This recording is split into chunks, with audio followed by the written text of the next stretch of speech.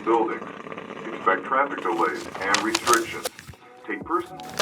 Freunde der Sonne, was geht ab? Willkommen zurück auf dem Shutterspeed-Kanal. Wie ihr schon seht, steht mein Laptop neben mir. Das heißt, wir reviewen heute mal keinen Film und keine Kamera, sondern wir befassen uns heute mal mit dem Thema digitale Bildbearbeitung. Wir stellen euch heute das Plugin Dehancer vor. Wie ihr schon wisst, befassen wir uns hier auf dem Kanal mit der Fotografie und vor allem mit der analogen Fotografie. Und deswegen stellen wir euch das Ganze vor für Lightroom und für iOS. In Lightroom und iOS habt ihr die Möglichkeit, mit dem Plugin eure Bilder aussehen zu lassen wie Film, beziehungsweise ansatzweise aussehen zu lassen wie Film. Ist ja immer so eine Sache. Ja, wir haben viele Möglichkeiten, Einstellungen vorzunehmen, mit denen wir Halations kreieren können, Blooms, wir haben vorgefertigte Film-Presets und eine riesige Möglichkeit an Presets, mit denen wir unsere Bilder sehr schnell und sehr einfach bearbeiten können. Wie ihr euch dementsprechend schon denken könnt, ist das Video hier gesponsert von Dehancer. Wir haben die Programme zur Verfügung gestellt bekommen und konnten sie erstmal ausgiebig testen. Dadurch, dass Dehancer uns aber hier komplett freie Hand gelassen hat, bekommt ihr hier 100% unsere ehrliche Meinung. Es ist nicht alles positiv. Ihr braucht nicht denken, dass wir jetzt nur, weil wir das Programm bekommen haben, hier euch irgendwas erzählen vom Pferd, was überhaupt gar keinen Sinn macht und was überhaupt nicht unserer Meinung entspricht. Denn das war uns sehr, sehr wichtig. Dehancer gibt es nicht nur für Fotos, sondern gibt es auch für Videos. Aus dem Bereich kommt die Firma auch. Sie haben lange Erfahrung im Bereich Motion Picture Film, aber auch Erfahrung im Bereich des Darkrooms. Das Plugin gibt es dementsprechend auch für Premiere, DaVinci Resolve, After Effects, all diese Videobearbeitungsprogramme, die ihr so kennt. Und wie ihr vielleicht auch gesehen habt, waren die Color Gradings in den letzten Videos etwas anders. Und diese Videos wurden ebenfalls mit dem Dehancer Plugin für Premiere und After Effects bearbeitet. Damit wir aber jetzt nicht so lange um den heißen Brei drumherum reden und ihr natürlich auch mal ein bisschen seht, was das Programm so kann, würde ich sagen, gehen wir jetzt mal in den Rechner und ich zeige euch mal in Lightroom, wie das Ganze funktioniert und vor allem natürlich auch, wie das Ganze aussieht.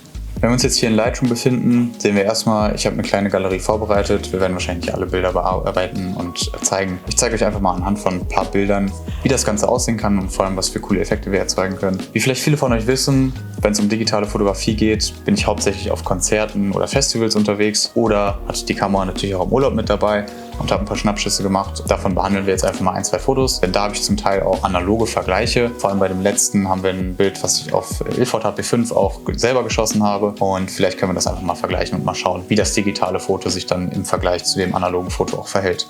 Das erste Bild, wozu wir kommen, ist auf dem Splash Festival entstanden. Wir haben hier so Barney. Um das Ganze jetzt in Dehancer zu bearbeiten, drücken wir einen Rechtsklick auf das Foto, danach auf Bearbeiten in und dann klicken wir auf Dehancer, wenn wir das Ganze richtig installiert haben. Dann müssen wir hier noch einmal auf Bearbeiten drücken. Da erstellt er einmal eine Kopie von dem Bild, damit wir das Originalbild nicht zerstören. Und dann haben wir auch schon hier unsere Oberfläche von Dehancer. Ja, wie ihr schon seht, haben wir jetzt hier unser originales Edit. Wir haben hier links auf der Seite erstmal sehr, sehr simpel aufgebaut alle Presets, die hier vom Dehancer-Team vorgegeben sind. Wir haben aber auch die Möglichkeit, auf Presets von anderen Leuten zuzugreifen, die ihr auch selber dann, wenn ihr Bock habt, hochladen könnt. Das zeige ich euch im Vergleich, aber wir haben erstmal hier in der Mitte dann unser Bild. Unten haben wir unser Spektrogramm und rechts haben wir ganz normal wie in Lightroom auch alle möglichen Regler, mit denen wir unsere Bilder bearbeiten können. Das heißt, es ist auch ein Programm mit Reglern, es ist auch ein Programm mit einem Zurück-Button. Das heißt, ihr könnt nichts kaputt machen und eure Bilder könnt ihr bearbeiten, wie ihr wollt und hinterher auch immer wieder zurück, was ich auch immer wichtig finde. Wenn wir dann jetzt hier mal uns einfach durch ein paar Presets durchklicken, zum Beispiel vor allem das fand ich ein ganz cooles Preset hier, Fuji Eterna Vivid 500, sehen wir schon, dass wir echt schöne Farben kriegen. Vor allem finde ich, ist das Programm auch sehr stark, was die Schatten- und Schwarztöne angeht. Da kriegt man echt recht schnell sehr, sehr geile Effekte. Wenn wir aber jetzt auch mal uns in dem Bereich der Featured Presets bewegen, was ich mir vor allem bei dem jetzt hier ganz interessant vorstellen könnte, wäre mal sowas wie der Cinestill, wo wir dann leichte Halations bekommen.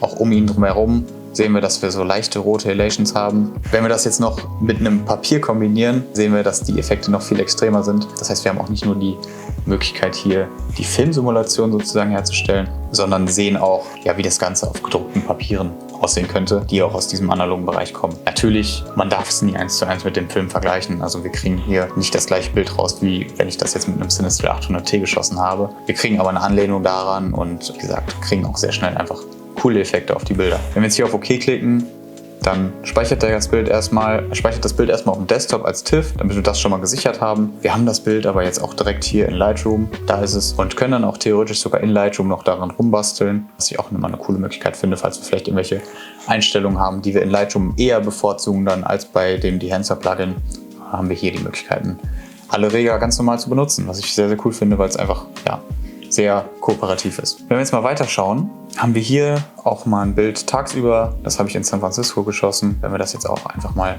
in Dehancer bearbeiten, können wir das Ganze wieder öffnen. Kopie. Was mich vor allem in Behance auch echt überzeugt hat, waren die Schwarz-Weiß-Presets.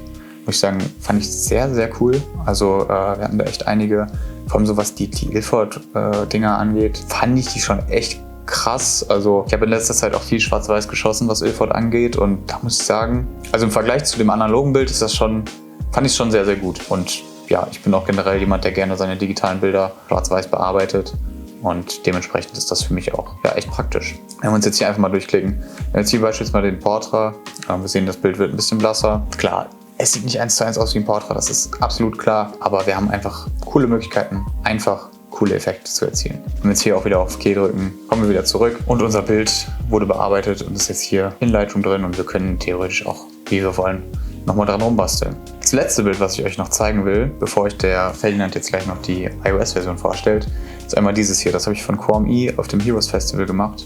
Und wenn wir das jetzt einmal in Behance bearbeiten, würde ich das gerne einmal mit dem Ilford HP5 Preset bearbeiten. Denn das ist ein sehr ähnliches Bild, habe ich auch mit dem Ilford HP5 geschossen auf dem Festival. Vielleicht können wir die einfach mal nebeneinander packen hier im Video und einfach mal einblenden, damit ihr auch mal einen Vergleich seht. Einfach mal einen Direktvergleich 1:1.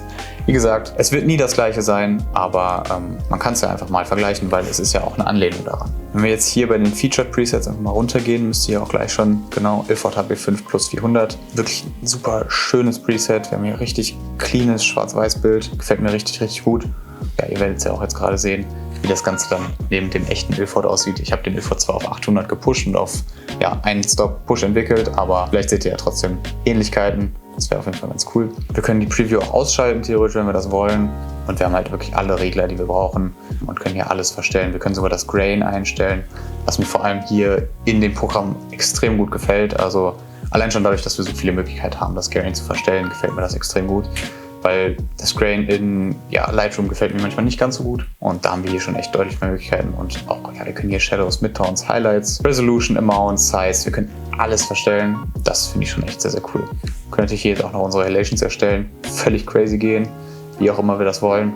Aber ja, dadurch, dass bei dem Bild jetzt hier nicht so viele Lichter zu sehen sind, beziehungsweise eigentlich gar keine, außer um ihn drumherum vielleicht, macht es jetzt hier auch gerade ein wenig Sinn, aber einfach um euch das mal gezeigt zu haben. Ja, wenn wir das Ganze dann in Lightroom haben, können wir es ganz normal exportieren als JPEG, TIFF, was auch immer, und haben dann unser Bild fertig bearbeitet mit unserem Behance-Plugin. Damit wir aber jetzt nicht nur auf die für manche vielleicht komplizierte Lightroom-Oberfläche eingehen, würde ich sagen, schauen wir uns das Ganze jetzt nochmal in iOS an. Liebe Ferdinand, stellt euch das jetzt nochmal vor, denn er ist eher derjenige, der auch mal mit dem iPhone einen kleinen Snapshot macht. Hat auch unter uns gesagt, das bessere Handy, wegen auch bessere Qualität. Aber das tut dem Ganzen gar nichts zur Sache, deswegen stellt euch das jetzt mal vor und wir sehen uns später nochmal. So Freunde, wie Hendrik schon gesagt hat, Behance gibt es nicht nur als Plugin für eure bekannten Bearbeitungsprogramme, sondern auch als mobile Version, genauer gesagt als App. Allerdings aktuell bis jetzt nur als iOS-Version und nicht für Android-Geräte. Vielleicht ändert sich das in Zukunft, ja. Wir starten einmal zusammen rein. Die Oberfläche sieht so aus. Ihr könnt hier auf eure gesamte Galerie und Ordner zugreifen. Ich habe hier auch mal eine kleine Auswahl erstellt, wie der Hendrik auch. Und wir werden uns ein, zwei von denen angucken. Ich denke mal, sowas hier eignet sich ganz gut, um die verschiedenen Filmsimulationen zu zeigen. Wir haben genau wie in dem Lightroom-Plugin auch verschiedenste Filmstocks, Presets, welche hier simuliert werden. Ich denke mal, was für viele interessant sein wird, ist hier der Kodak Gold. Ihr seht schon, wenn ich das Bild hier gedrückt halte, bekommen wir einmal die Ansicht, wie es vorher aussieht. Wenn ich wieder loslasse, haben wir wieder die Preview mit der Bearbeitung. Das Ganze ist etwas gesättigter in den Farben, etwas kontrastreicher mit stärkeren Schatten. Das Ganze können wir natürlich auch weiter bearbeiten, im gleichen Umfang wie es bei Lightroom auch möglich ist. Wir können hier verschiedenste Parameter einstellen, die ich ehrlich gesagt auch noch nicht alle durchprobiert habe. Wir können sozusagen unsere Entwicklungszeit beeinflussen, theoretisch. Wir können unseren Filmstock wählen und auch auf verschiedene Print-Modi eingehen, was ich sehr interessant finde. Mir persönlich sagt das Preset Kodak Endura Glossy Paper hier besonders zu, liefert definitiv brauchbare Ergebnisse. Wie Hendrik auch schon gesagt hat, das Ganze ist eine Simulation und es wird nie genau aussehen wie der Film, aber gerade für mich zum Beispiel auch brauchbar, um die digitalen Bilder ein bisschen in Linie zu bringen mit dem analogen Zeug, was ich sonst mache. Wir können hier auch wieder jeden einzelnen Bearbeitungsschritt, den wir gemacht haben, ganz einfach mit dem Pfeil rechts oben zurückdrücken oder hier links oben unsere gesamte Bearbeitung zurücksetzen. Des Weiteren können wir uns hier auch unser Spektrogramm anzeigen lassen, wo wir dann auch nochmal, wenn wir die verschiedenen Parameter bewegen, sehen, was da theoretisch passiert. Schauen wir uns vielleicht nochmal ein anderes Foto an, eine etwas dramatischere Lichtsituation. Ich hau auch mal einfach wieder das Kodak Gold Preset drauf. So sieht es vorher aus, so sieht es nachher aus. Gesättigtere Farben. Wenn wir jetzt das Portrait Preset nehmen zum Beispiel, kriegen wir eher den pastelligeren, blassen Look, wie man ihn kennt. Da sagt mir der Kodak Gold dann doch eher zu auf der digitalen Bildbearbeitung. Exportieren können wir das Ganze hier auf unserem File entweder in die Galerie oder direkt über verschiedene Social Media Kanäle teilen. Ich würde sagen, das war es soweit auch schon zur iOS-Version. Zurück zu Hendrik. So Freunde, da bin ich wieder. Um noch ein paar abschließende Worte zu finden.